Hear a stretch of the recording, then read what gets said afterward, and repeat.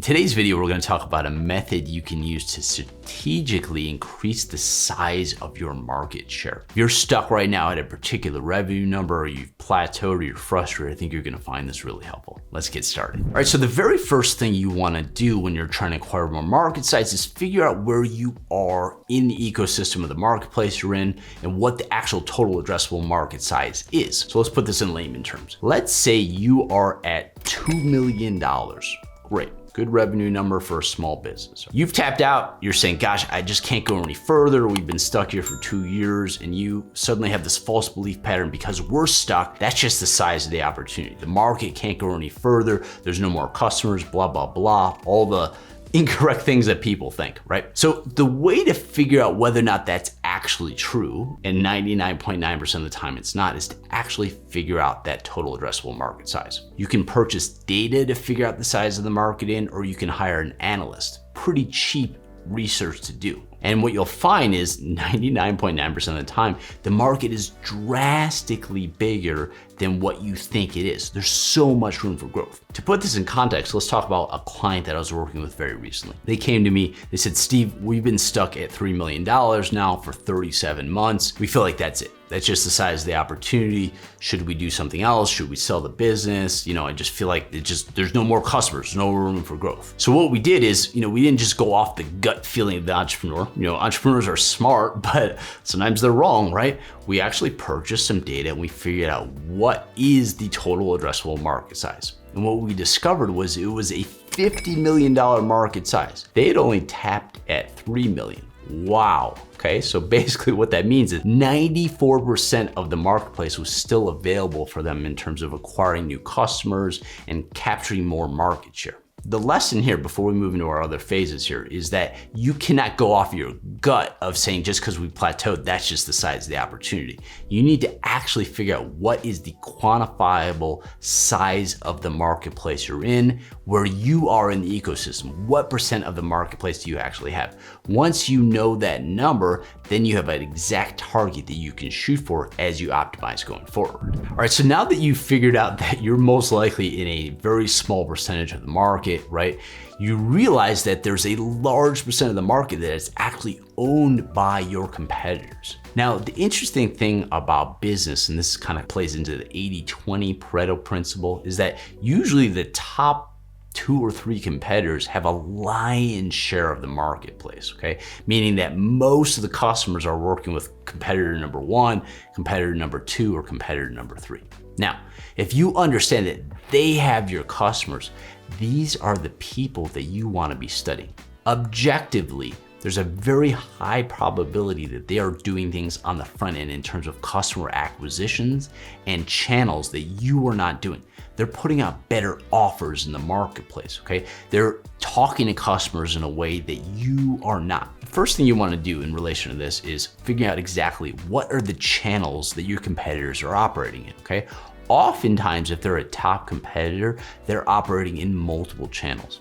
Facebook ads, YouTube ads, Google ads, Taboola ads, affiliate programs, billboards, et cetera, right? And usually businesses that are operating with the smaller size of the market are usually only operating in just a couple channels, or 1 channel or 3 channels. If you want to compete, you have to be in the same channels that they are, right? How are you supposed to acquire more market share if you're not actually in the channels that they are? Because they've already proven, because of the size of the market that they have, that there are customers to acquire in those channels. Quantifiably, objectively figure out what channels your competitors are operating in, and you want to make sure you're there too. Now, that's the first thing. The second thing, especially in terms of customer acquisition, is figuring out what offers are they making in the marketplace. Again, objectively, if they have a large share of the market, they've already proven that the offer they're putting out on the front end is appealing to your market, proving it out, okay? Now, it's your responsibility to understand what are they doing, okay? Objectively quantify it, write it out, and what are they doing better than you, okay? Are they offering a longer free trial than you? Do their landing pages load faster? Is their sales copy better than yours, right? Do they have more upsells, right? Do they have more risk reversal?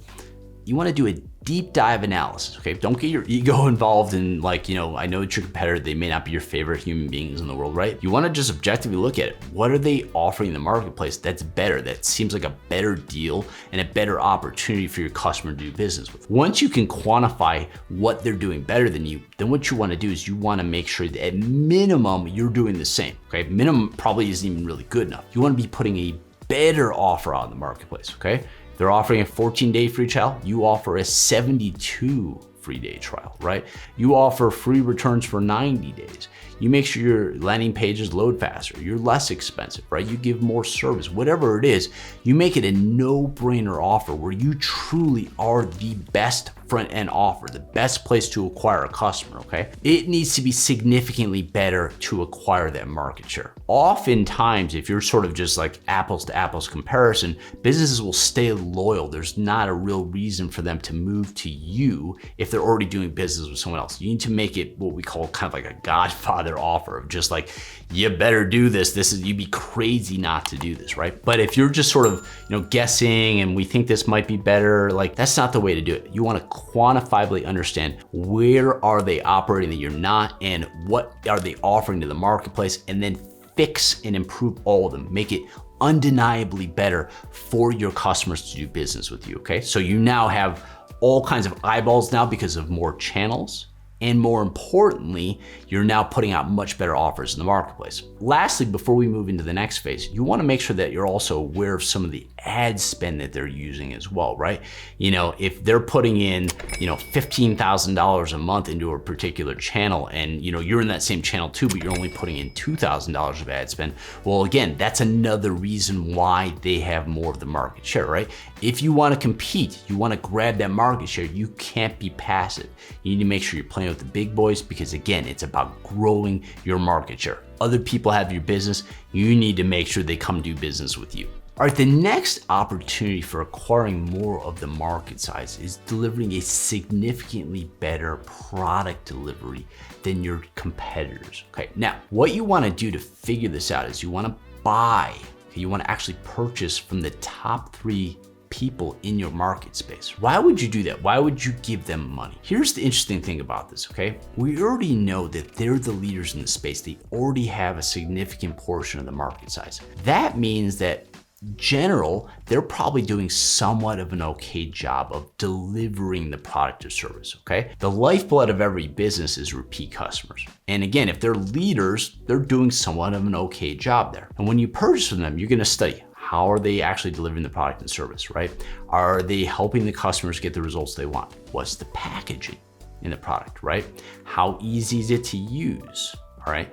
Do they offer free shipping? You do not offer free shipping. And you're just gonna A/B compare, okay? Where are you falling short in terms of what they're doing, okay? Now, again, we're being aggressive here. We're trying to acquire more market size. It's not necessarily a natural thing, so you have to make sure that you're really working hard to make sure you're better, right? If you're not even at apples to apples comparison, there's no way you're gonna be able to grow. You might be able to acquire more customers and with better front end offers, but they're not gonna stick with you if your competitor previously had their businesses doing a better job of helping them, get results with their product. At minimum, you have to be the same level of, product delivery and getting results for the customer. Ideally, you're significantly better with them. So what you do after you, purchase their product, you wanna look at, okay, what are they doing in terms of email follow-up? What are they doing in terms of tech support? What's the packaging, the delivery time, the quality of the materials that they're actually using, right? Are they doing follow-up emails? Are they helping with, actual use of the product? Everything, point by point analysis. What are they doing better than you? And you want to make sure you're at there. And then ideally, you're also going to see a couple areas that they're weak in. Oh, wow. One of the orders was a little bit late, or there was some damage in the shipping, and it took them 48 hours to get back to us when there was a problem with the product, okay? Wow, well, that's a huge opportunity right there. That's an opportunity for acquiring customers because, if something takes too long, that's gonna piss people off, right? Customers would love to be treated better, right? So that's an opportunity for growth there, okay? Figuring out what that baseline is in terms of what they're doing and then improving on top of it. If they're offering free shipping, can you offer free free shipping plus rush shipping at no charge, okay? Now, you know your numbers. I'm not saying you have to eat in your margins and get to the point where you're losing money or whatever, right? But there's all kinds of ways of treating customers better. But if you don't know objectively what the leaders in the space are doing, and you're not doing that analysis, how the heck are you supposed to acquire more market share in terms of your product design? You need to know what they're doing so you can do it significantly better. All right, and so there we have it, a really strategic approach of acquiring more market share, all right? So figure out where you are revenue-wise, what the actual total addressable size of your market is, where you are in that landscape, okay? Figure out what channels that your competitors are in, making sure at minimum you're in the same channels, ideally more, making sure that you have the same aggressive level of ad spend in terms of putting money into your marketing, of acquiring new customers, making sure your front end offers are significantly better, a better deal, better opportunity for those customers so they go and do business with you, and then also making sure that your product delivery is better. It gets the customer better results, brings them more delight, okay? So again, you're trying to acquire market share. You gotta make it all about the customer and significantly improve the experience on all levels for the customer, okay? But that approach over a course of a period of time is how you eventually get to the point where you are the leader in your market. If you enjoyed today's video, please make sure you smash the like button and subscribe to the channel. We'd love to be able to help you grow your business, your wealth, your investing, your mindset, everything you need to succeed in the modern economy. My name is Steve Nixon. I'm with StrategySamurai.com. I will see you in the next video. Thank you so much for watching.